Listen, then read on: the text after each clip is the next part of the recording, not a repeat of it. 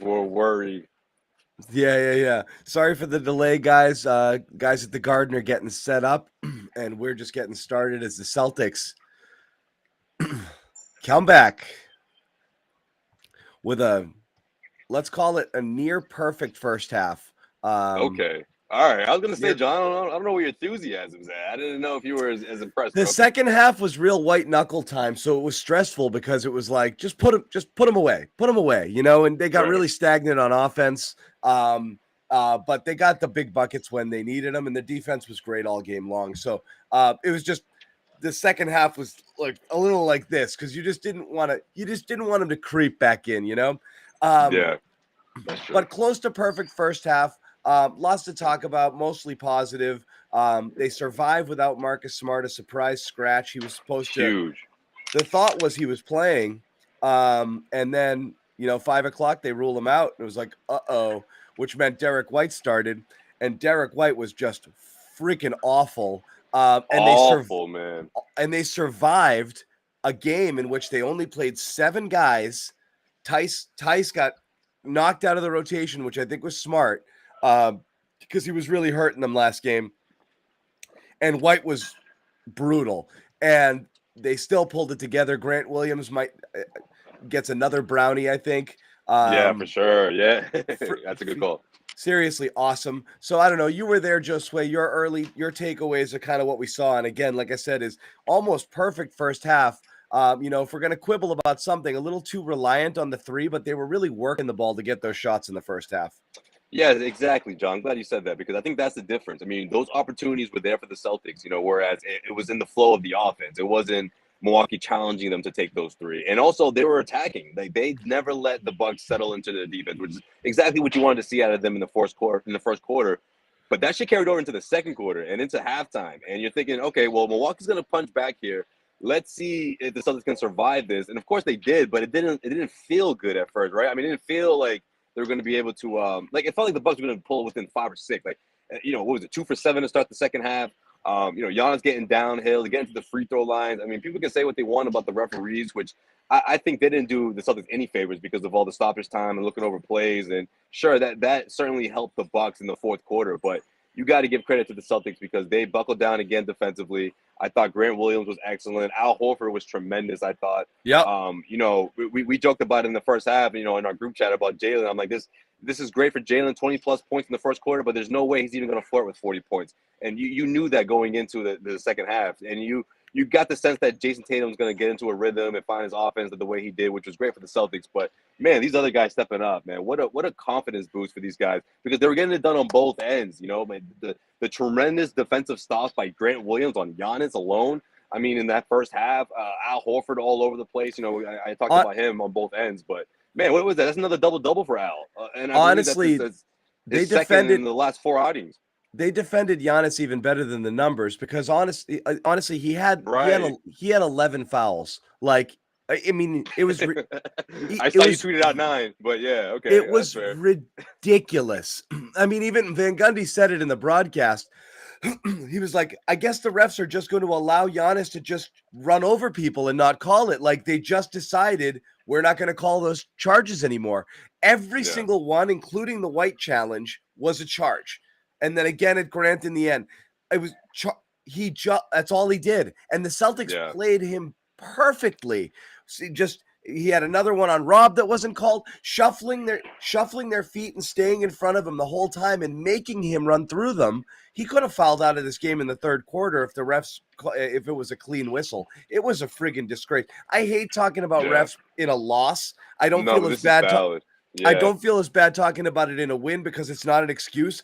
The referee, the officiating, and the way they called Giannis was freaking horrible. The Celtics played him perfect. And I loved this game that they didn't switch and didn't help, and they just played him straight up. And I like that because that's what you've got. Between Grant, Al, and Rob, you've got bodies that can stay, that can keep him in front. And really all he can do is try to power through you. As soon as you go if you switch on him or you double, he had, a zillion assists last game, kicking it out to shooters, but you can't put the small guys on him either. He ate up Brown a couple times. He just goes over the top of those guys. You need those big bodies that can friggin' absorb the contact and keep him in front of them. And those guys were awesome. Grant has been awesome. Grant did it. Jrue Holiday couldn't get past Grant. Grant made it look easy. Holiday couldn't get past him on switches. Yeah. Grant was keeping everybody in front of him. And again, Grant probably drew 3 fouls on Giannis alone that weren't called. It was unbelievable. Yeah. So, but I think you put it perfectly though. That absorbing the contact, staying in front of him. Matt, like that's exactly what Grant and Al Horford were doing, and that was driving him crazy. What was it, 5 missed, field goals in that first quarter to start off? He couldn't find a rhythm, and it was like Milwaukee just kept feeding it to him, like save us, like make this stop, and he couldn't. I also think that elbow thing that he's doing, like there's a big difference between slashing through the paint, Euro step, using your 1-2 steps the right way, and slicing defenders, or slicing in between defenders to get to the rim. And there's a difference between that and just powering your elbow through people. I think that's something that the referees have to keep an eye on. There were a couple of 50-50 plays, I thought. One that stands out in particular was the Jaylen Brown in transition. I know it sounded what's up, guys? I know it sounded I know it looked really bad, but when you see the replay a few more times, Jaylen may have been moving one of his right foot, when he absorbed that charge. But there were other instances where people the Celtics just planted their feet, took the charge at the right time, and they just weren't calling it. That's something that the refs have to keep an eye on. And second, this is something hard head, Jimmy. You guys hear me? Yeah, we hear you, Jimmy. Hold on one second though. Josue's in the middle. Josue's dropping science right now, so just hold on 1 second. Can you guys hear me though? Yeah. Yeah, we got you. Okay, cool. Josue, you have the floor. Let's go! All right, Josue, you have the floor. Well, I mentioned this earlier. This whole we don't know who called it, so let's just try to figure it out and give both teams a free timeout. That has to stop, and it extends beyond this best of 7 series between the Celtics and the Bucks. Did you guys see the ending of Game 1 between the Warriors and the Grizzlies? Yeah. Man, the last play of the game, they all looked at each other, shrugged their shoulders, and they did a jump ball with like 10 seconds left to go. Like, luckily, the Golden State Warriors capitalized. Right, do-over. Yeah. Luckily, things, the basketball guys, stepped in and made sure that the Warriors won that. But we can't. The NBA has to figure this thing out because we can't have that happen again. Jimmy, this comment's in honor of you, buddy. That can't happen at the end of one of these games. That could sway a win towards the Bucks or towards the Celtics. That could ultimately decide the ending of this one. So, look, I'm not one to pick on the referees, but this whole let's just look it over type thing, they need to figure this thing out and try to get it right on the first try. But Jimmy was in the building as well, and he was taking in the game from the spectator section. So, man, what's up, hot guy? Yeah. Did you walk in with that hat on, or did you put it on after the first quarter? Which one? I didn't bring the hard hat tonight. The hard hat was safe and sound here. I didn't want it to get confiscated, stolen. I didn't want it not get allowed in. Jimmy didn't want to get clowned. He didn't want to get recognized. He wanted to I was trying to go, under the cover of darkness. This is first game back in the Garden for me since before COVID started. So I got to say, oh man, that must have been wild. It's good to be back. It's my second home that I've been missing, and the Celtics. Listen, I'll be completely honest. I had some dark thoughts when the Marcus Smart news came out. I went to a dark place, like I'm sure many of us did. But the Celtics went to work tonight, and that's why the hard hat's on. They went to work, undermanned, understaffed. I think Ime 7-man rotation tonight, which is unbelievable. Basically 6 essentially with. I knew you were going to say that. Have you guys already talked about Derrick White? With Derrick White being a negative. I took a drive-by swipe at him, but we haven't gone in on him yet. We're not going to start. We're not starting there. We're not starting there. Have we mentioned Jaylen Brown yet on the show? I know we're almost 10 minutes in. Not really. Listen, Jaylen Brown tonight. No, we did. He's the starter. He's a starter. Tatum's the closer. Typically, Jalen's the starter. And they just got so much from Jaylen Brown tonight. He set the tone early. He really put the Bucks on their heels. See you, Josue. Thank God you're here just in time for Josue's Wi-Fi to start crapping out. I'm surprised he even made it on. You told me I might be the first one on. I was like, oh boy.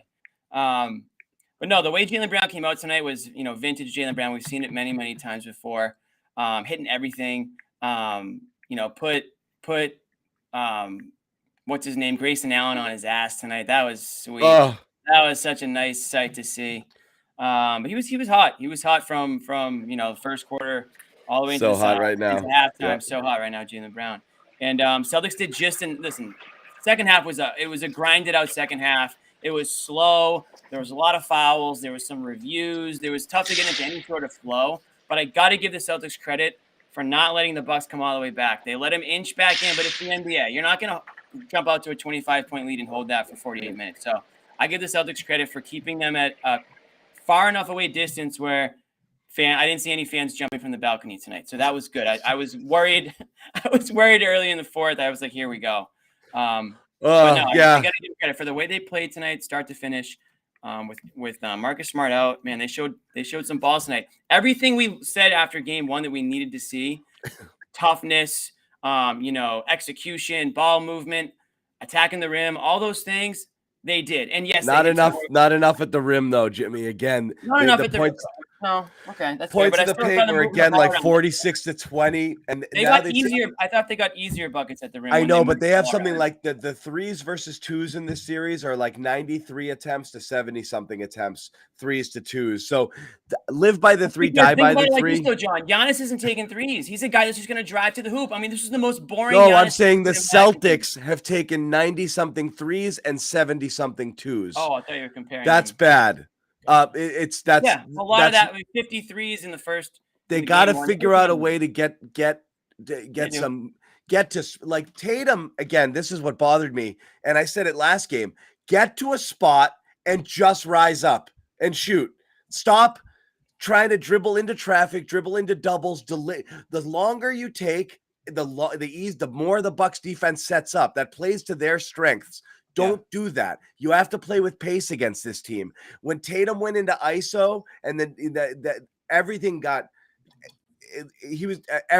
bad there for a little bit. And thank goodness they hit like some timely shots, got a couple offensive rebounds. Yeah. But that's the only thing you can't do. In the first half, the ball was whipping around. And look what happened late with Tatum. He kind of drives into somewhere, doesn't like where he is, passes it, relocates, gets the ball back and scores.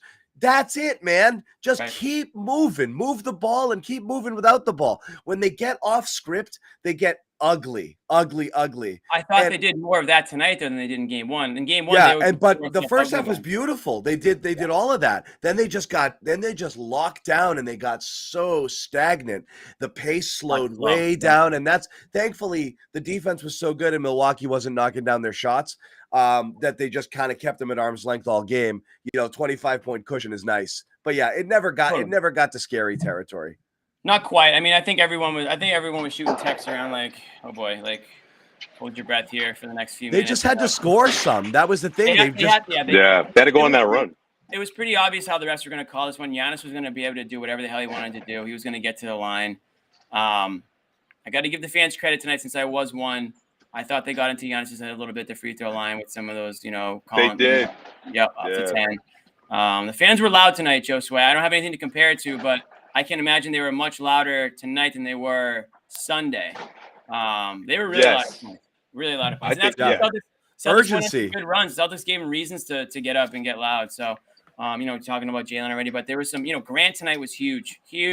Grant's my brownie. Gave him the brownie already. So, with all due respect to Brownie, I gave it to Grant again. Yeah. Grant, I think Grant deserved it tonight. Some timely buckets from Grant. He was awesome, man. Strong defense on Giannis. My dad said it on the walkout. First half goes to Brown. Can't believe this is the same Grant. We're talking about Grant in this way it's the same guy as from last year. And we're like, yeah, Grant, shut down Giannis tonight. Obviously didn't shut him down, but you know what I'm saying? Like Grant did his thing tonight. It's like this is the same. Yeah, Grant. He shut down Jokic. He shut down Giannis. No big deal. Yeah, like this guy's the kryptonite here. The guy just drops MVPs. That's what he does. He just stacks bodies. Stacks MVP easy. bodies. Don't let it get he'll get wind of this and he'll start coming up with he's amazing. Amazing at it. He was. And it's not just on the court. He's got mind games. He plays little mind games out there too with guys. He's smart. He's smarter than a lot of the other guys out there. So he knows how to get in their heads, I think, a little bit too. He was amazing on Giannis and everything. So friggin' good. and he kept his composure out there. Again, I thought, Tatum, obviously, you guys all saw it. He got teed up.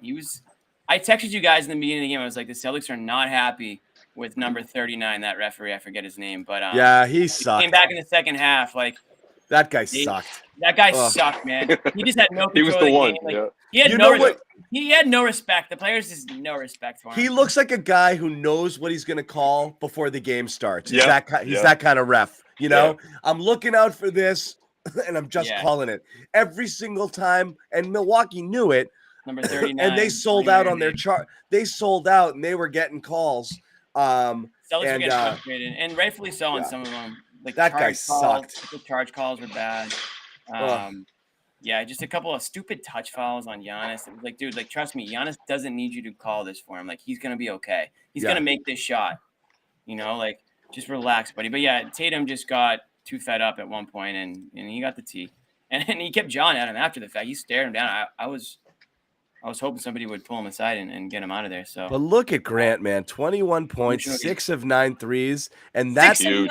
And that wasn't even the good part of his game. It was the friggin' defense was unreal. Like, Grant gets 2 brownies for this one. I was gonna say Grant needs something more than he gets. Like, he needs a whole brownie sundae.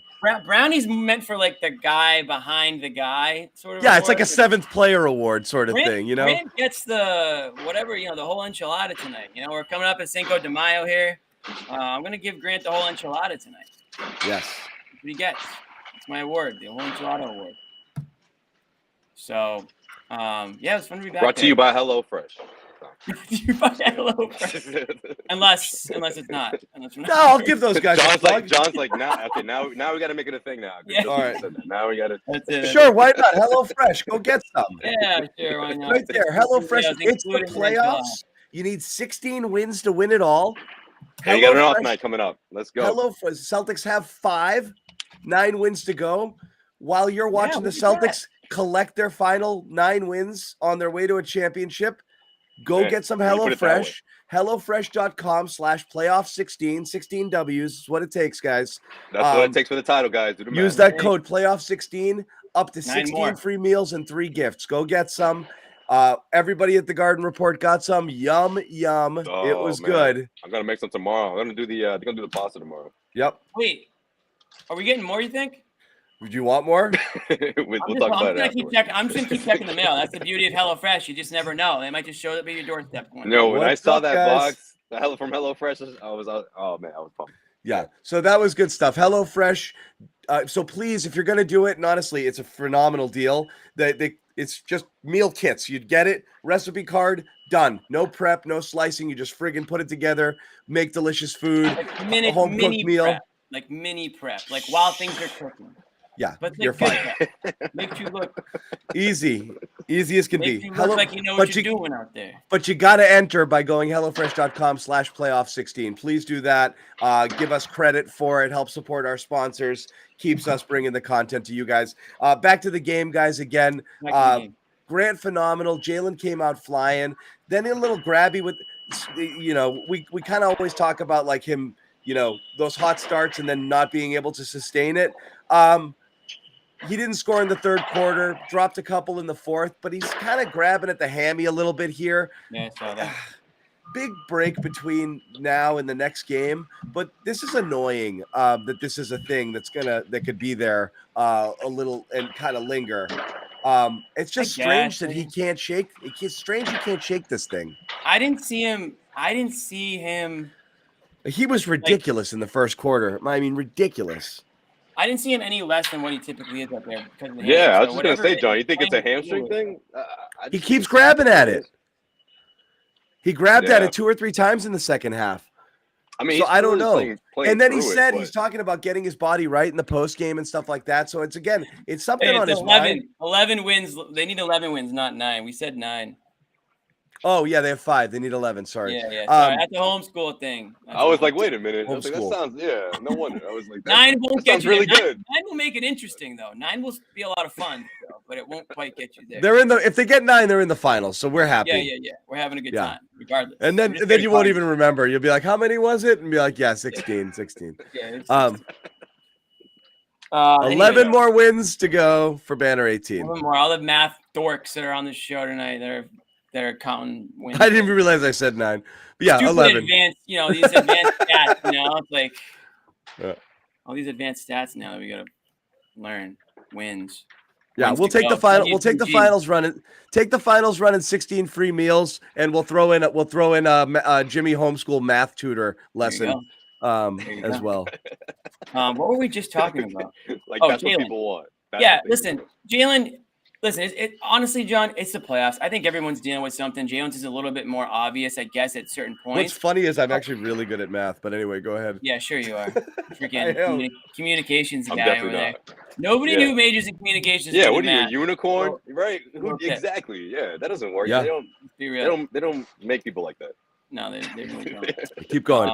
I think Jaylen's going to be okay unless he re-injures it or injures it more. I think whatever level of pain he's dealing with right now, clearly he's good enough to go and good enough to play. I was shocked that Marcus Smart didn't play tonight, not because I'm nothing against Marcus Smart. I just thought that I'm Greek. I invented math. Anyway, go ahead. Sorry. I underestimated how much pain he was. I figured, after game 1, I told Sherrod, I was like, oh, there's no way Marcus Smart misses this game. Like, he's going to play this game. Like, there's no questions asked. And I don't think anybody thought he was missing it. I know. That's what I was stunned. I mean, so that's obviously going to be a serious pain that he's going through, or he's super limited. So these next 3 days are going to be massive for him, more than Jaylen. Jaylen can play through whatever he's going through. Marcus definitely needed, clearly needs a week, minimum to get back to where he was. Yeah, but also you got to remember too, Jimmy, this is the longest break they'll have for the foreseeable future. So, I mean, it was a risk for the Celtics to do it, but great given the how bad the injury was for Marcus, or the amount of the pain tolerance he was going through, I think it was the right call. I mean, it's easy to say that now because the Celtics won, but also you're gonna need him to finish out this series. And if you're the Celtics, you're looking at this thing like, hey, we gotta, if we're gonna do it, it's gonna be a long series, and we gotta make sure Marcus is good to go. So it was good for him to get that rest, heading into Milwaukee. But at the same time, I mean, you're gonna keep an eye on him, and hopefully it doesn't hinder his performance whatsoever in Game 3. It was risky. I mean, it paid off, and good that it did. But man, are they thin at that position? They're just thin overall. I mean, 7 guys tonight, basically 6. Pritchard was actually a negative tonight, plus minus. If you want to think about that, he was a -2 tonight. No offense to Pritchard. I mean, he played as hard as he could out there, but they are just thin at that guard spot, man. Marcus Smart needs to get healthy and get healthy soon, because they got away with one tonight, but. Don't expect the Bucks to just go out there and play the same style of basketball in Game 3. They've got 3 days to figure this out. They're going to be home, and you're going to need all hands on deck. The 7-man rotation is about as thin can be in a playoff series against a physical team like Milwaukee, who I said it earlier, Josue. I think you may have been Brockton Wi-Fi'd at the time, but everything we said the Celtics needed to do in Game 1 in terms of physicality, toughness, all that stuff they did tonight, but that takes a lot out of you. I mean, those guys are all feeling it right now. So you need a guy like Marcus Smart to get back out there. I mean, that's not what you mean. Yes, and if they add Marcus Smart to this, it would be 7 + 1, which equals 8. 8 players that they would play in the game. Hold on, carry the one. Which would be great. 8 would be better than 7. 8 would be great. Yeah. So anyway, you need Marcus back. I cannot believe, and again, it was Jaylen hot shooting, friggin' amazing defense on Giannis, and then just knocking down all their open looks, build up that huge lead. It's amazing they were able to win without Marcus tonight, and with Derrick White just being such a zero on offense, and also Pritchard coming in as an emergency guy because White was in foul trouble after that stupid 4th foul. The take foul on Giannis knocks him out in the 3rd quarter. And Pritchard was close to his, not whatever. Pritchard was fine. He hung in there. Pritchard was Pritchard. Yeah, Pritchard was Pritchard. That's what you're gonna. Yeah, Pritchard was Pritchard. You can't fault him. But no. I'm getting a little concerned about Derrick White. We got to spend some time on him. And maybe he goes off and does something well, and 16, 17 points in Game 3. But it's still worth mentioning at this point because you just can't go scoreless if you're one of 7 people who played tonight. I mean, also Zannis, this is carrying on from the first round. I mean, it's easy to overlook his offense when you swept, after sweeping Kyrie Irving and Kevin Durant and the Brooklyn Nets. I mean, that's the last thing people are going to point out. But I mean, now that it's another round, we're 2 games in, and he's still in this offensive funk. I mean, it's crazy he shot because 22% or whatever it was from behind the arc in that first round matchup. He's shooting well below 40, closer to 30%.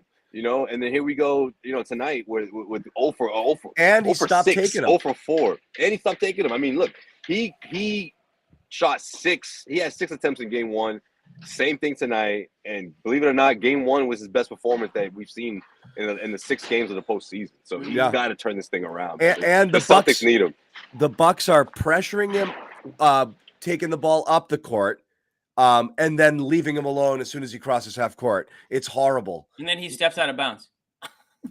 It's horrible. And not just not shooting. How many times did he airmail these loopy floating passes to people and make them make these really difficult catches? He was, in addition to his turnovers, he almost turned it over 2 or 3 other times.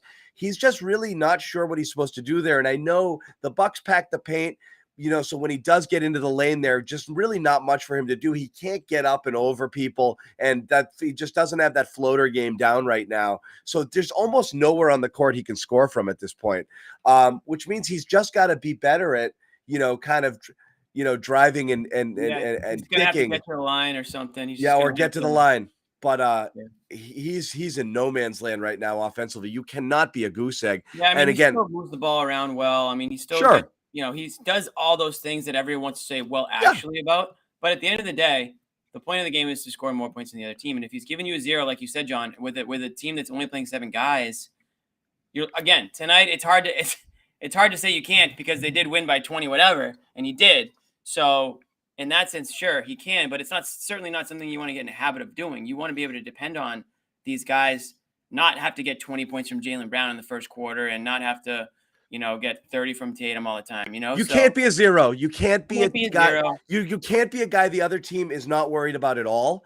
Because it really messes with your lineups, particularly when you have Rob out there. He was passing up shot. I mean, I saw him in the second half. He was definitely something he was thinking guys, about. we get it. He does other things. We're literally talking about his inability to score. We get it. Okay? Please, we get it. He does other things. He plays defense. Oh my God. Well, if you knew ball, we get it. He does other stuff. But he can't be a 0 is all we're saying. You can't be a 0. Right. Yeah. And it'd be different if he was a 15 assist guy who's constantly had the ball in his hands, but he's not. He's not actually that great at it. He's good at moving it and getting out of the way. It doesn't stick in his hands for a long time, which is big hockey. But it doesn't stick in his hands, which is good. He's not a guy who's going to sit there and dominate the ball and dribble the air out of it for 15 seconds. He's not one of those guys. That's great. He keeps it moving. And the team needs that, because sometimes they can stagnate. So you need a guy out there that's helping kind of keep and moving the ball around. That's all good. We get it. He can't be a 0 because Milwaukee's playing 10 feet off of him right now. Bobby will say that he is making some of the other players in the court better when he's out there, as opposed to maybe what our old friend Dennis Schroeder would have been doing if he was a starting point guard tonight. I know that's what Bobby's going to say. I know that's what a lot of the commenters. And there's no question on the Schroeder stuff. Yeah. And it's correct. Of course, it's correct. So we get it, everybody. It's just, can we comment on the fact that my God, there was a big old. He was plus 22. We got it. Right. We can still have this conversation, guys. We got it. So anyway, there's still that, and that. Listen, we're not the only people. So all we're saying is they survived with this, which is amazing. They survived with this effort. Right. It's I think more and more media people and fans are starting to acknowledge it, that he needs to do a little bit more on the offensive end other than just do everything else well. So that's that. Again, we're not going to do 45 minutes on Derrick White tonight, but we're talking about everybody on the team. There's only 7 guys who played. 7 guys played. We can get to them all at some point. 7 guys played. We can't talk about Tice. We can't talk about I mean, have we mentioned Horford? Because again, Horford is just Mr. Steady, Mr. Consistent. Fountain of youth. His defense tonight on Giannis, I thought, was exceptional at many points in the game. He just looks so athletic. He went out there at the end of the game. What I know, he looks so athletic. It's incredible to me. Whatever he's doing is working. Off the court, whatever his regime is. His workout, his diet. I mean, he's healthy. I used to be concerned about his knees, because that was the big thing. Years ago, he was out with knee pain, and this, that. You don't even hear it. You don't even hear it mentioned. You don't even hear not even a thought that he might miss any time or be limited right now. I mean, this guy is going balls to the walls out there. He's playing like a guy who wants to win a championship at a later stage in his career, coming from a team that in Oklahoma City that told him to go home, basically, so that they could lose every single game possible.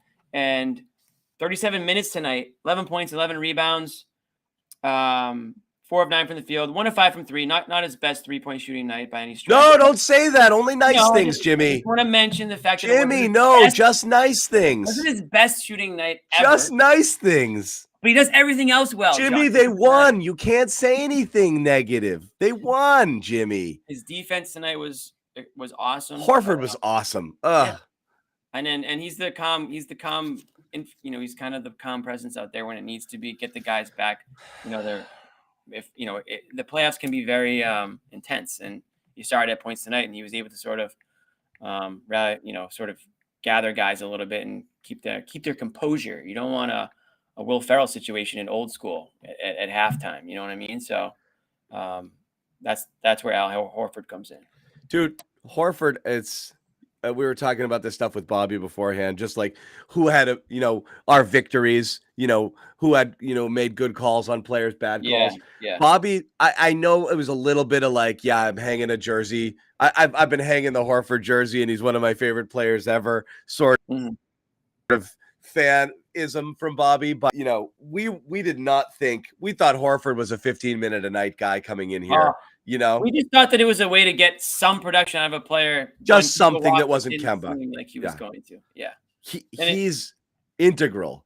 Biggest. I mean, if I would have to go back and look at all the trades going into the season, I can't imagine that one isn't in the top 3 in terms of just Celtics winning it and the importance behind it and just everything. I mean, if they didn't do that trade, they're not playing this game today. They're not maybe not even in the playoffs.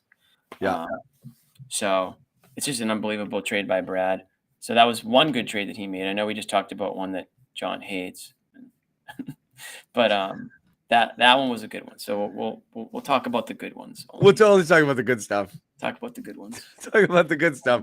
No, it's amazing. And like, I know I'm glad actually he took Tice out of there, because I just can't watch him literally just shove somebody with 2 hands and then the whistle blows and then he looks at the ref like, what are you talking about? Like, he's a step slow and he's just a foul machine right now. And I think Ime just saw it last game and is like, he's killing us. It was a pretty bold move to take Tice out of the rotation when you were already down Smart.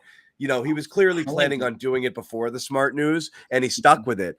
That's pretty ballsy. Like, we're just going to go. We're gonna go with the 2 guys we've got, and that's it. Even when White ended up in foul trouble, and guys were picking up fouls, he was like, "No, we're just gonna keep doing this because it's working." You got to give Ime credit. And I said this was an Ime game after game 1. I was like, "This is an Ime game. I want to see what they come out and do differently." And I got to give credit to Ime. And I know Bobby probably will too, because that's his guy too. But this is a game where Ime had the guys ready to play hard. And coast to coast win. You don't see, we're in the second round of the playoffs. You don't see a lot of wins like this. So you saw the stat, right? 23 point win tonight was a greater point total than the aggregate of the Nets series. Celtics Nets, yeah. 18 points over the 4 games. That's what we were talking about. Like, the Nets was a sweep and everyone's like, oh, dominated. And like, it was like, I mean, they won all the close games, but it was a competitive 4-game sweep. The third most competitive 4-game sweep in NBA history in terms of point differential. Every game was single-digit game. That you didn't have a blowout. This is their first blowout of the postseason. This is what they were doing to teams. They were killing them. This is the Rob era before he went down. It's amazing because you had a December performance in game 1. You had December Celtics coming in hard in game 1, bad December vibes. And then this game, at least for the first half, and then enough points of the second half, was what you got used to seeing from them in the last 35 games of the regular season. Yeah, no, this was, and the defense. It was just the defense was just. This was a more, how do I say, I'm happier about this win than I was upset about game 1, I think. I don't know. Game 1, you kind of wrote it off, right? Like, they weren't ready for it. They played a shit game. Right. You know, they shots just weren't weren't ready falling. For it. They got punched in the mouth, and they just weren't ready for it. And today they punched back, and I think now we've got a series. They have to win one in Milwaukee. Everyone knows that. You don't want to come back to Boston down 3-1, but I think they can. I mean, I think, again, I need to see Marcus Smart back in the series, of course. I would be surprised if it sounded like, I mean, maybe Bobby and Josue would have a better impression of what Ime said and the vibes, but it sounded like they think Smart may be ready for game 3, right? Is that something that it seems? The general vibe was like, they thought, I mean, Ime thought yesterday he was pushing through today. So there we go. My guess is, I mean, it's 4 days off. I mean, it's a huge gap here, you know, till play till Saturday. Yeah. Right. So it's a ridiculous gap here, but it helps them.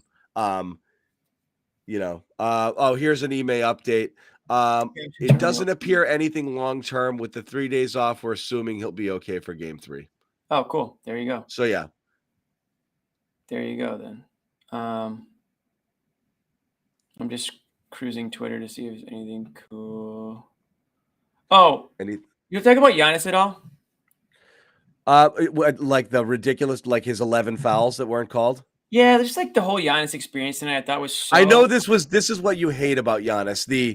And this is the bully ball shit that makes it boring, which is like, it's like dad ball, you know, like, you know, it's like a dad playing against a bunch of little kids, and I'm just gonna. Yeah. Or you're like in the pool against like your little cousins, and you just trudge through the hoop and just dunk it over them, and just like then throw them in the deep end, sort of thing. That was like the Giannis thing. It just didn't seem much. And listen, I know he did. I know everyone's gonna jump at me. Oh, you don't get it. He does so many things. I get it. I get it. Everybody, I understand. It's just boring. It's boring. It's so boring. Like, give me any other superstar to watch, and I've seen them all. Not to brag, I've seen them all many times. Giannis to me is just pretty much mostly boring. Now, in the playoffs last year, he took it to another level, and on defense and the things he can do, he's called the Greek Freak for a reason. But on offense, one of the most, if not the most, boring offensive player that I can imagine in the NBA. So I'm sticking with that fact, and that is a fact by me. Well, so, it just tonight was that to a T. He didn't do one thing that impressed me tonight. Not one. Yeah. Not one. I mean, he got to the line 100 times. He sits at the line. It takes him 20 seconds to take a free throw. Dude, he stands at the half court line waiting. You know, they're doing the best they could do on him. He's 20 for 52 in the series, 11 for 27 and 9 for 25 in the series here. Sub 40% field goals for a guy who does all of his damage at the rim, you know? So all of it. They don't respect any of his outside shots. Any of them. Of course not. I mean, that's a gimme when you have it. But this is a guy who averages, you know, friggin' 56, 57% because all of his, you know, field goals, everything's at the rim. He's shooting sub 40 right now. And that's because everything is hard. Like, they're making everything hard on him just by throwing bodies at him. So you can't do a better job on Giannis. You talk about like what the job they're doing on stars, and everybody was freaking out over what Giannis did in the first game. And maybe you just tip your hat to Giannis and he's just going to beat you. Giannis didn't beat him in game 1. He didn't. He had a triple-double. I mean, he did. No, he didn't. He was awesome. He was awesome. But yeah, I mean, Holiday had a great game. Holiday was great. They knocked down their shots, and the Celtics played like total ass. But they actually were fairly effective on Giannis, more so tonight because they played him straight up, and they just trusted their guys to just keep him in front of him, and they did. It's just, can you absorb the contact as he comes at you? And they did. You know, I mean, he's again. I ranted about this earlier. He easily had 8 fouls in this game, and I think he got called for 3. He charges a ton. And oh my God. He pushes off guys all the time. I mean, listen, he's a big dude. So the slightest little, I mean, he knocked Rob on his ass pretty easily. He got Grant. Like he's knocking these big dudes down fairly, you know, but once he and that's why you kind of have to try to stop his momentum before he gets full head of steam, because he's not going to get called for an offensive foul. It's just not going to happen. I know he got one elbow called on him from Grant. Grant got right up in him and he sort of stuck the elbow out, and Grant got him on the offensive there. But generally speaking, he gets away with that stuff. gets to the line, slows the pace of the game down. That was a huge reason the pace of the game slowed down in the second half. He was getting everything going his way. And then the refs had to freaking review everything and slow the game down. They took away any sort of momentum either team I felt like could have in that second half with the flagrant foul reviews. The one on Grayson Allen, I was like, dude, there's literally nothing here to review. Right. What are we doing? It was ridiculous. But again, you're going to make Giannis work this hard for what he gets. That bodes well. The only thing I'm worried about the Celtics is, again, I know you have to. This is what Milwaukee makes you do. They want you to shoot threes, and they want the guys who they want to shoot threes shooting the threes. They want Horford threes. I guess they want Grant threes, but they're getting burned on that. They want White threes. That's what they want. They want those guys to shoot above the break threes, and you're going to have to knock them down to win this series, and I get it. It's hard to get into the paint against these guys. Celtics definitely just have to make sure that they're not doing the one pass shoot thing on offense. As long as they're working the ball around, they're fine. And how about that one where they found Al like under the basket with like the shot clock just about to expire? That was an unbelievable. Tatum, that looked like the Harlem Globetrotters out there at one point. Tatum last second friggin' floated it to Al underneath. That was great. Yeah, and I just tossed it up, and it was like, look like they were playing the Washington Generals. That was great stuff. That's what they have to do. They stagnated a little bit. It still worries me because Celtics are not a great shooting team, and if they are going to rely on that stuff, there are days where you do move the ball well and you get the good shots and they still don't drop. So you got to figure out a way to solve them a little bit and get into the paint a little bit more. I don't know that it's sustainable to be scoring 20 and 25 points in the paint. And win the series with that. So they still have to crack it a little bit. But again, great movement. People are here kind of talking about Rob's mid-range. Love seeing Rob drill a jumper. Like he forgot that he's allowed to shoot. Dude, we were seeing that. I want to challenge with more Rob lobs too. I dare Lopez to get up with him on those things, okay? Throw it up there and make Lopez go up there and try to defend it. He can't. He's not getting up. He's not taking the elevator up to whatever floor Rob's going on. They did it one time. Actually, one of White's best plays of the game, that alley-oop to Rob that he threw from behind the three-point line, that he went up, got, and Lopez had to hack the shit out of him. I'd like to see a little bit more. I want to see Rob get involved a little bit more. Oh, for sure. And they kind of, I didn't see him really much at all in the fourth. Is that just me not paying attention, or? No, he was in there. Yeah, but I thought did they not take him out late, or like midway they did? through? I think they went with Horford and Grant, I think, like down the stretch. It was Horford, Grant, the Jays, and Pritchard was in that closing lineup there. Yeah, that makes sense. No, but when I'm looking at Rob out there, I'm just looking to see if he's hindered at all. And I don't see it. I don't see him limping. I don't see him hesitant. Like, he got up there for a nice block at one point. I forget who it was on. Was it Giannis, maybe? I think it was.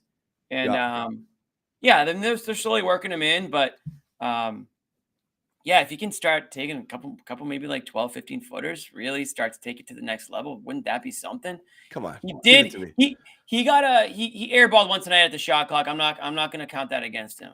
He didn't. That wasn't a Rob. That wasn't a shot that he typically would have taken. Let's bring in our man Bobby. What's up, Bobby? Oh boy, the glasses are up. Bobby, we already gave the brownie to Grant. Yes, well deserved. We gave the whole enchilada, John. Don't forget. Was this Bobby, his best game ever? You can make that case. Yeah, I mean, between what he did on Giannis, the shooting. As I said, is just you put up his offensive numbers, and you're like, wow, great game, and that wasn't even the best part of his game. Yeah, I mean, their goal coming into this game was to play more on an island. That's how Grant described it against Giannis, not doubling as much. A lot of those, sneak-ins, showing extra pressure in there, cost them threes. And in this game, they stayed home on those shooters. The double teams disappeared on Giannis, and Grant, Horford, those guys were able to hold it down one-on-one against them. And you see the result. Bucks shot 16% from three. They held it down on the perimeter, and those guys were able to survive inside. It was sort of the same deal as how they were guarding Durant. They really need to bring in and pinch the lane. They did that with Rob, and they did it well. But on the perimeter, you were basically able to guard him one-on-one and stop him straight one-on-one. up. Yep. Yeah, and that was the game plan. And I like that. I think, and they were able to do it. And it takes individual performances to be able to do that stuff, and they got it. Yes, they're so strong, and that's really what it is. They're able to front him, not get bodied. You see Brown and Tatum trying to rotate onto him. They're getting knocked down. It's not the same. Even Rob. Yeah, Rob's getting bodied in there too. It takes the beef. Both Grant and Horford have enough lateral quickness and enough strength. That's what it takes with Giannis. The other guys, you're right. Jaylen got tossed out of the way one time where he switched on to Giannis. It wasn't even close. Mm-hmm. And you're right. Rob just loses the body battle. And when they just go up together, Rob ended up fouling a lot too. Yeah, so. he gets blown off it because Giannis is too physical. He does okay, but you're right. Those other two guys are so much better at it. Yeah, but I'd rather it be Rob than either of the Jays. They really struggle with Giannis's physicality. It's not a fair fight. Well, a smart move too was going to the triple big lineup: Grant, Rob, Horford, and then you essentially have three options with help in there. Yeah, it was upsize rather than downsizing. Yeah, you can't triple big a double big, Bobby. Well, they did it. Bucks did it to start game one. I haven't seen that movie. Celtics Lloyd. Ime, you can't triple big and double big. Well, I asked Ime pregame. I was like, what are you gonna do? Because you don't have Smart in there to downsize. You can't go into those Smart white lineups. You don't really have an extra wing to throw out there to go triple wing. So they essentially moved Grant to the 3 to play the minutes that they were missing with Smart out there, and it worked. Guard minutes didn't work as well. I thought Pritchard had an okay game. Derrick White was more on the bad end. It's a good start, really rough middle portion, then disappeared late. Easy. So, yeah, Grant filled not only the Rob minutes in there at the 4 a lot of the time, but also the guard minutes they were missing playing the 3. So, just you can't say enough about his performance. Jaylen's start, half the story, I think, in this one. The other 50%, and yes, the brownie, I think, well-deserved, is Grant Williams. Actually, what Jimmy said is Grant might actually be too good for the brownie. Meaning, like the origins of the brownie were kind of like the unsung hero. Grant was not an unsung hero. He was the friggin' MVP of this game. And the first round series, so maybe he's ascending. And it's funny because you throw him in the starting lineup and you're like, all right, can we get this level of impact out of him? And it doesn't usually go well. Bring him off the bench and he's and yeah. Oh, you're giving Brown the brownie. That's no. I'm gonna give Brown I think Brown may have been slightly more important than oh, definitely. That cushion he gave them in the first half was huge because the Bucks cut the lead from it was 25 at its biggest and it got down to 12, right? At the closest. So that 25-point cushion he gave them in the first half there was vital, especially in the first quarter. Built a double-digit lead that the Bucks were just working back from that point on. So that was the most important factor, definitely. Everything else was just solidifying what he established early on there, and it's great to see him get back to that. Vague talk of his hamstring again. Ime didn't really get into it, but you did see him go into it again. Taken out with 3 minutes left in the fourth quarter for that closing stretch. They said it was because he was up to 38 at that point and played a long stretch in the second half, but have to imagine something was bothering him there. We haven't talked to him yet. He'll be coming out post-game, but it's still lingering. And now you got Smart injured, so there are some concerns coming out of a really good victory here for them. A good thing is 3 days off heading out to Milwaukee. They'll need that badly. Yeah, Bobby, I mean, I said this earlier. It didn't seem like – I know that we saw Brown maybe grab the hamstring in that fourth quarter there, but it didn't seem like it was bothering him during the game. Like, it didn't seem like it affected his play, certainly, at any point. I mean, he was hitting shots all over the court. He was, doing the typical Jaylen Brown ball handling that we see. He put Grayson Allen on his ass. He drove to the hoop. I mean, I didn't really see anything that made me worry about Jaylen Brown tonight. Maybe the 0 points in the third. He did but I mean, we see how many times have we seen that though? He gets hot in the first quarter and he kind of slows down. But that's what I can't stand. It's just you want to see it, I don't know why we have to count on that being the case. He had 25 in the first half and 5 in the second half. That's a disappearing act. You don't, even if it's like you don't want 25 and 25, but 25 and 10, just more involved. He just wasn't he didn't get very many shots up in the second half at all. He was just less a part of the game.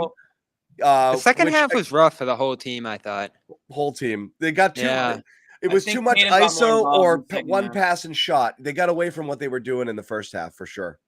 And Ime said that the Bucks stopped closing out as hard, which was part of it too. I mean, the up fakes that the Celtics threw out there in the first half had them in the rafters. I mean, it was insane how aggressive the Bucks played on the perimeter in that first half, and they were so easy to go by. Lopez ended up in foul trouble because of how hard guys were going downhill at him, and it opened up the paint for the Celtics. I don't know what Milwaukee was doing in terms of like the three guys sometimes Grant talked about chasing the ball to the perimeter. They had success with it, I guess, in game one, crowding Tatum and really making him fire out passes and making guys shoot. But in game two, it flips and the Celtics shoot 47% from three. So they're going to live with that. But how long do they keep letting the Celtics do that, especially when they're getting more shooters on the floor now between Horford, Pritchard, and Grant? There's always talk about Bud. When's he going to adjust? When's he going to kind of break out of what he's doing going into a series? And you wonder how close the Celtics are going to get eventually to making him do that. I think what do you think he's going to do? What's Bud going to do? He's going to stick with it. You know, they're going to keep dropping. They're going to keep crowding the ball handlers, and they're going to keep letting the Celtics shoot threes. I mean, this is their MO. That's what they do. Right up there with Miami. They let teams shoot the most threes in the league. So that's what the Celtics took. They got good quality ones. They went to the mid-range more often and shot 48% from two, which was important as well. But they created some high-quality threes, especially for Grant. And Grant, I mean, how poised is he out there on that line? Up faking multiple times, passing out of there. Sometimes getting downhill, getting a little opportunistic, trying to attack the center one-on-one. I don't think he may likes that as much, but he's definitely in control in those corner spots and making great plays, whether it's him shooting or him passing out of those spots. Right. And that's the key. Like, how big of an outlet is he for Tatum right now? I mean, when Tatum's in trouble, he can grant and trust that something good's going to happen over there at that second level. Facts, my dog. Facts, my dog. Yeah, no, I mean, there's not a thing you can say about Grant we haven't said already. Like, he's reliable at this point. It's no longer like good Grant game. They actually need him. Totally need him. They're counting on him. They need him. And they'd be actually happy to see him in there. Yeah, they'd be screwed right now if he wasn't playing the way he was playing. Like, there were a couple of points I was like, oh my God, they left Grant open for that shot. What idiots. You know, like, how do you not know? You can't leave him like Pat Connaughton. You can't come off Grant in the corner, dude. Like, didn't you watch any film this year? And it was funny, Jimmy, because there was another point where they left Tatum alone to go get Grant. So they were overcompensating to get after him out there. And it's been that progression throughout the season, right? We all remember that game where LeBron was just sitting in the paint, letting Grant stand out there.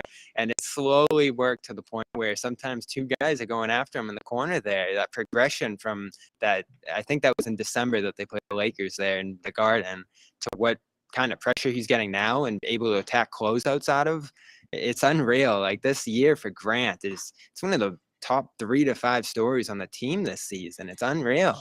And 5 guys behind the basket on the Bucks side, all in orange shirts. I don't know if you saw it on the TV broadcast. Had GRANT.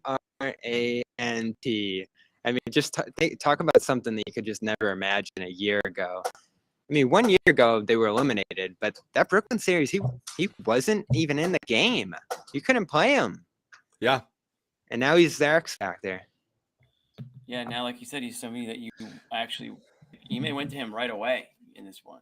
He was more important than Rob in this one. Rob, they had to go to him over Rob.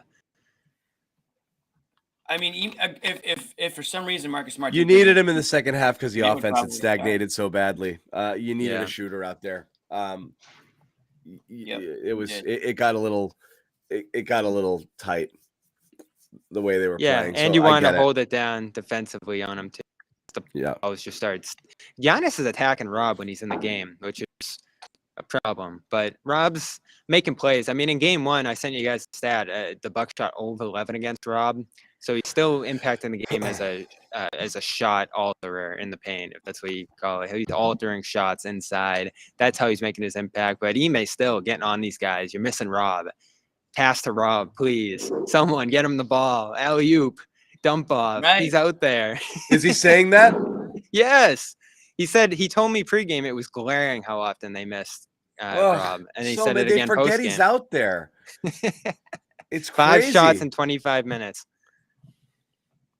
Too low. Yeah, they're not looking for him as much. Like it reminds me of 2 years ago when we were like, get Rob the ball more. This guy's like a physical Some of it's on specimen him out though there. too, right? He's got to command Oh, it yeah. because when he Yeah, gets asked absolutely. about it, he's like, "Oh, I just got to get more free." Well, Tatum was getting a lot better at finding him and looking for him, and I wonder Smart's if the now. guy though. He's Yeah, the that's a guy good who's point. been looking for him all year, Yeah, and you that's miss that. smart. He's still their best passer, even with how Tatum's advanced, and you get contributions from other guys. Smart knows where guys' spots are, whether it's a pocket pass, the lob, kickouts in the right spots.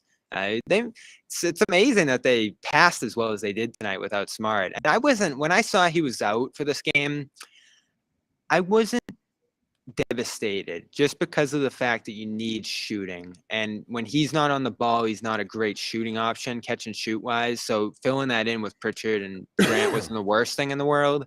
But you never imagine that second quarter passing that they were pulling off without Smart out there. And I do give White a little bit of credit for that, John. Even though he didn't have a great game, he was part of those passing sequences. We said it. He keeps it moving. And it becomes it's important for the team because it doesn't stick in his hands, you know, and then everyone else kind of does it too. So yes, he keeps the ball moving, even if he's not the one creating. And you know, I know he had a handful of assists there, but yeah, he keeps the ball moving. He's not going to sit there and dribble the air out of it. He just can't score right now from anywhere. No, I know, but you can't say that. Oh, it was brutal. And you know what? Credit B-Rob, who did write the first, I don't want to call it a hit piece, but piece that was a little more critical of White. I was holding out on it. I wasn't going to say anything, but he finally did. I'm surprised John wasn't the first to do it, but he's got to be better. I do it here. He's just got to do something. John hit publish. I just I publish with my mouth here every night. Jason's coming to the podium. I'm sure Jaylen will be short behind him. So Josue will be back from the Bucks soon, and I will be back as well. Okay, Bobby, we might not be here, but you go do your thing, buddy. All right, there's my report. Check out Celtics All Access. Josue and I, maybe a friend, whoever's around, we'll be doing our Garden report on the court. What? Jimmy has something. Well, no, Bobby. I mean, you're going to Milwaukee. Is that correct? Yeah. All right, there you go, folks. You're gonna get Milwaukee Bobby and Josue and Sherrod. We got a lot of Milwaukee. And Josue and Sherrod. Wait, what about me? You went tonight. The fight, Jimmy. I never get. Oh, you enjoyed the game here tonight. Never get to leave home. All right. It's a mile trek to the press room. I'll see you guys. All right, Bobby. Sherrod Blakely, people are asking tonight, has a personal matter, not a bad one, but something he had to attend to, pre-scheduled, did not cover the game, but he will be covering the Milwaukee games. People asking where Sherrod is. Josue and Bobby obviously are covering the press conferences, and Jimmy and I are holding this down hard hat style here. Does anybody ever ask, when I'm not on a show, John, does anybody ever ask where I am, or is it just kind of like all the time? Where's the hot guy? Yeah, I'm sure. Definitely. Yeah. Definitely. People always ask. I know when I'm not on the show, people say like, "Oh, good," but that's fine. Like, oh, finally, the other guys get to talk. that clown isn't here. When you're on the show, it's just rainbows and butterflies for an hour, dude. I mean, you would hate it. You would not want to watch our show. Puppy dogs and ice cream. So good stuff here. So let me ask you this: which is more emblematic of the matchup, game one or game two? What's closer to what you see? Because Milwaukee's going to be as bad as game one was. This was a blowout. Milwaukee's got to be sitting on the other side being like, ugh. You know, I know you always say like, oh, we got 1 out of 2. We did our job. Now we got to go home and take care of business, blah, blah, blah. So you put the positive spin on it. But, you know, as yucky as the Celtics probably felt after game one, being dominated and outplayed and like made the look as bad as they looked, that's how the Celtics made Milwaukee look tonight. They made them look bad. And Milwaukee's got to feel pretty shitty about it. You got a pretty, like, I mean, did Drew Holiday even, like, for as bad shooting game one, like, he was pretty non-existent in game two. It's a good question. What is more real? I guess, what can you expect going forward? This Celtics team tonight reminded me of the Celtics that I've seen a lot lately. So, like, this is the Celtics. That's what we got used to. See. Yeah. The team that makes the other teams look very bad. Surprising. Right. Game one, the Celtics was very surprising, and I got to give the Bucks some credit for that, obviously. But I mean, and I haven't watched a ton of Bucks games this year. We all picked the Celtics because of tonight. Because we're like, these are the efforts you're used to seeing and you're like, they're going to make life really hard on Milwaukee, and that's what they do. You just didn't expect them to be so bad offensively in game one, but yeah. Yeah, I mean, 86. Remember, you asked me the question, and then you cut me off and you answered the question. But I want to know what you think. Yeah, but then you actually don't want to know what I think. I do want to know what you think. Okay. And now I forget what I think because I had to. Which one's closer? Which one's closer? Yeah, I think game 2 is closer. But that being said, that doesn't mean that I think it's going to be blowouts galore. I think that the Celtics are I picked the Celtics to win because I think they're the better team. I do think that Chris Middleton out, and let's not forget Chris Middleton is out for this Bucks team. I'm expecting him to remain out. Some people think that he might come back, and maybe after a night like tonight, maybe the Bucks say, "Hey, buddy, how you feeling? You ready to go? You ready to go?" But I think that this Celtics team, when they're on like they were tonight, can outmatch, can outplay just about everybody in this league, especially in the East. So I think tonight's a better representation of where this series can go. You got 30 from Tatum, you got 30 from Brown, essentially, right? And those are the guys that are leading the way. And you did it all without Marcus Smart. So if you can get Smart back, and even if he can give you 75% of Marcus Smart, that's pretty damn good, if you're the Celtics. So do I expect 20-plus point wins going forward? Absolutely not. But I don't expect them to come out as flat and as they just got pushed around in game one. That was my main takeaway from game one, is they would just look like they were getting bullied out there at recess. And tonight they came back and they fought back. So I think tonight's a much better example of what you should see going forward. I kind of tend to agree too, and it's not like just a homer take. I just think it's like I said, is like you said, this is what we got used to, right? This type of Celtics effort. What you can't count on is the shooting, and that's where kind of the series swings a little bit. I don't think you can count on the Bucks going 3 for 18 from 3 only. That's ridiculous. Nor can you count on the Celtics to knock down 23s or whatever it was they had tonight. That's not what were this 20 for 43. That's that's a lot. It balances out between game 1 and 2, but again, that's really what it comes down to is, who's hitting those shots, because they're going to be there. And the Celtics hit them tonight, and that was that made the difference, obviously. Sure. But again, the reason we always think the Celtics have a puncher's chance, and shit, as bad as they were in game 1, they were still not fully connected and a little bit out of sync on defense. They still were within striking distance for almost the entire game, playing like total ass. Just because their defense is still going to muck it up for the other team. It's still going to make it challenging enough that keeps you in the game. That's why they'll stay in any game, even if they go completely ice cold. But yeah, again, 47% from 3 is asking a lot. No, that's exactly it. Game 1 was so frustrating because they could just not get anything going on offense. Everyone was just, you felt like one run go could have on a changed little it. run, just going on, get it to 4. Like Giannis comes out of the game, they have a chance to close out the end of the third quarter, and they do nothing with it in the game 1. It's like that was the frustrating part of game 1. It wasn't that they weren't trying or they weren't playing hard on defense.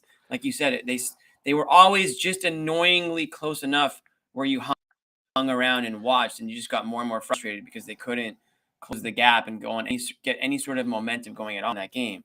Tonight was a completely different story. They rode momentum from the very beginning, and they for 48 minutes they just kept it to them. There were tons of moments in that game where fans were up on their feet and rip roaring, and I didn't think that happened probably at all in game 1. I can't even remember a time where the Garden was, or anyone really was fired up at any point during that game. So, yeah, like you said, John, do you expect 3 for 18 from the Bucks? Absolutely not. Do you expect the Celtics, to win by 20 plus? No, but I think tonight was a better representation of where this series can go. And that again was without Marcus Smart. I like the Celtics' chances moving forward in this series. They have to take one in Milwaukee. I think they can. I think Game 3 is going to be a toss-up. I think the Bucks are probably going to be slight favorites maybe in that game because they're home, but it's going to be close. If I was a betting man, I wouldn't be betting against the Celtics in this series at any point. Where were your seats tonight, Jimmy? Club seats. We got them as a company tickets. Yeah? So, Is section Club 111, like pretty much, I think, my phone died, but pretty much half court, I'll be honest. They were pretty baller seats, I'm not going to lie. So typically I don't sit in those seats. I don't want people to think that I'm this, yuppie fan or anything, but we got the tickets and had a good time. Is Papa Toscano a feisty fan? Does he yell? He gets fired. He keeps it in line by outstretch. He's he'll cheer when it's called for. He'll jump in on the. I don't think he was cheering the Grayson Allen chant that some of the fans were. I don't know if you guys could hear it on the TV. There was a "F.U. Grayson" chant going around the garden that was pretty loud and proud.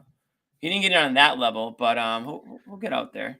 Did you wear the hard hat in the club? People, I did not wear the hard hat tonight. I wanted to sort of lay low. I was in the club seats. I gotta act like I don't think I can walk around in hard hat in the club seats. Put it this way: hard hat guys, find those guys in the balcony. With the real, I'll bring the hard hat to the balcony with the real fans. That's kind of how I treat the hard hat. But barely noticed Grayson Allen tonight. I don't want to wear the hard hat. The hard hat is a post game. It's a post game hat. I don't put the hard hat on. At least I haven't put the hard hat on during games. Yeah, hard hat on after wins. The talking about the contribution the Celtics got from Grant, obviously off the bench. Just look at Connaughton shot the ball pretty well, but Allen, we were just talking about him, was a total friggin' no-show. And Wes Matthews started 30 minutes, friggin' invisible. I don't remember a thing. I was thinking the same. I don't remember a thing Wes Matthews did. Nothing. He was a horrible plus minus tonight. He had, I think, 4 points. But I don't remember a thing he did. He was guarding.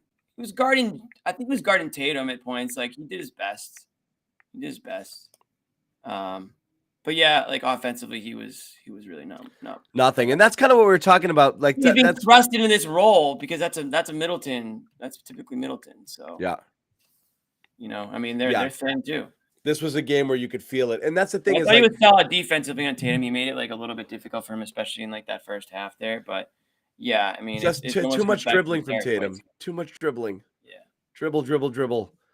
Just attack those friggin' guys, man. Rise up and shoot it right up and over them. They cannot defend him. Yeah, they can't. Yeah, I mean, I know Holiday's on there and he's checking him from time to time, and they're bothering him, and there's help coming over, but. He's like, dude, you're Jason. You still haven't unlocked the one good news here, Jimmy, is they still haven't. Tatum hasn't been unleashed yet. He's still feeling his way out. How do I score? Where am I scoring from this series? Like, how am I attacking this? He's still kind of getting his bearings. I think he's due for. He was frustrated tonight too. I think he let the emotions at times get to him a little bit out there, but. He hit his shots. I mean, listen, he had a little bit of a rough stretch. I think you said it in the text. Like he was kind of hurting them a bit in that second half. Just trying to do a little too much. Yeah, he killed the flow. He was dribbling too much, got stuck in ISO, slowed it down. When the Bucks set up their defense in the half court, you're like I said, you're playing into their hands. You got to keep that moving. You got to keep the pace going. The pace slowed to a crawl in the second half. But again, hit the shots that mattered. And that's that when it got a little close there, he had those 2 relocated threes, and then Grant knocked one down. Ball game, it was over. So that did what he had to do. And he's due for one of those. We'll get the Tatum game. Games. Yeah, absolutely. Exactly. I mean, he's earned that belief that that's going to happen. The way he's played the last second half of this season, last series, I think everyone knows that. What Jason Tatum's capable of, and he's done it in the playoffs before too. So it's not like he's shying away from the moment. He's certainly capable of that. They didn't need heroics tonight, down the stretch. They needed just to execute. You came out of the second half, you just couldn't play terrible basketball, and you were going to win this game. That was it. I mean, I'm not saying that was their mindset, but that was essentially it. Just don't play terrible when you win this game. And they didn't play terrible. They played fine in the second half. Again, it's the NBA. You're not going to jump out to 25-point lead and hold it from start to finish without a little bit of hiccups on the way. But this is a well-fought, earned win. A game that they probably do blow in the beginning of this regular season, 20 double-digit point lead. So I'm happy with it. And this is something that they can build on over the next 3 days. You want to have some momentum going into into Game 3. We're gonna have some good mojo, some good juju in the training facility for the next couple days. Get a little momentum going, feeling good. Got the win under there. Once you see the win, once you see it, you see a path. Yeah. Believe it. Oh, that's how you beat them. Right. Now we've got a blueprint. Mm-hmm. It makes a difference. Josue and Bobby, as we said, are kind of digging in there in their interviews. Give you one more shout out to our sponsor, HelloFresh. Fresh meals delivered to your door. It's pre-packaged. Everything is set. Fresh vegetables, fresh meats, recipe cards, up to 50 recipes you can choose from every single week. And 50. You just got to make it, and it's easy as can be. Everything's portioned out. Everything's perfect. You just put it together. Please go to HelloFresh.com/playoffs16. The Celtics have 5 wins. They need 16. Hold on. Don't tell me. Someone else will figure it out. Playoff 16. HelloFresh.com/playoff16. Use the code playoff16. That's how we get credit for the sale. That's how they know it came from us. That's how you help us support our sponsors. That's how you get 16 free meals. That's how you get 16 free meals. So if you guys are interested in doing it, please go through this URL, HelloFresh.com/playoff16, and give it a shot. What do you have to lose? It's a terrific deal. Watch the playoffs, chill out. Let people send the food to you. You don't shop, you don't chop, you don't dice, you don't prep. They send you the meal and you cook it, and it's delicious home cooked meals. You chop a little bit. You do chop a little bit. You do chop a little bit, but it's part of the fun. You get a little chop in there. Little chop. Anyway, that's all we need, guys. So again, nothing crazy. Yes. Again, please go check that out. Support our sponsors, HelloFresh.com/playoffs16. Once again, Celtics beat the Milwaukee Bucks 109-86, convincing. Got out to a 25-point lead in the second half. Pretty much just kind of kept them at bay. I mean, in the first half, kept them at bay. In the second half, first half, Jimmy, as you said, one of the best we've seen all season. Yeah. Really complete, both ends of the floor. Frustrated the hell out of Giannis. Defense was on point. Knocked down their shots. That was it. They just, choked the life out of them early, and this game was over. So great bounce back after that ugly first game. 3 days off. Jaylen's hammies, Marcus's thigh, all of that stuff. Let's hope we're in a little bit better shape there. No chance of Middleton returning. I know some people were asking in the chat. He's basically been ruled out for the entire series. So hopefully the Celtics get themselves right here. Not celebrating an injury. It's just to help. I know. Get at least one of these in Milwaukee and get it going. Again, thank you guys for hanging out again. Yeah, what? Are we done? Yeah, we're done. We're not going to wait for those. We're done. I didn't know we're done. Jason Tatum tonight, Josue's tweet. We were pissed off in how we played last game from top to bottom. We knew we just had to play better. Simple as that in every aspect of the game. So, yeah, 1-1, get some rest, see what we can do better. That's kind of the mindset here. They all knew that they did not come to play in game 1. Yeah. There it is. How we played. That sums it up. I guess Tatum has a wrap on his left wrist / hand. But it sounds like he said it's a little excessive. That's why I look like that. It just felt a little, just trying to keep the swelling down. So what's swelling? He said he got hit in the wrist. Jason Tatum got hit in the wrist. He's got a little wrap on his wrist right now, but it's nothing to be concerned about. Although it is wrapped, and it's relatively large apparently. Okay. That's that. All right, let's head in there. Let's get one in Milwaukee at least, maybe 2. We'll keep some of our. We're gonna do 2. We'll keep some of our Celtics in 5 predictions alive. True. Yeah, still alive. Still alive. Celtics in 5 is still alive. I have been 6, but I'll take 5. I'll be wrong. Yeah.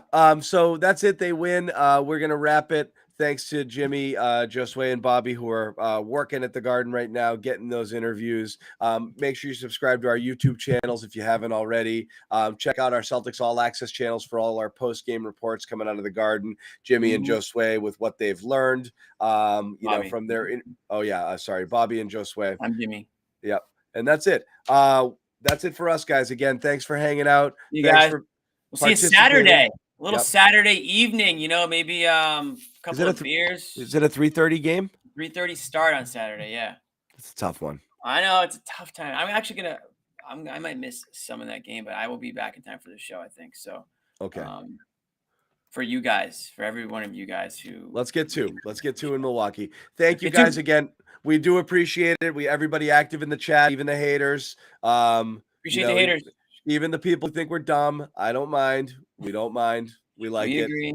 We like it. We know. Keep it coming. Thank you guys. The first time I've heard it. Yeah. Good night, all.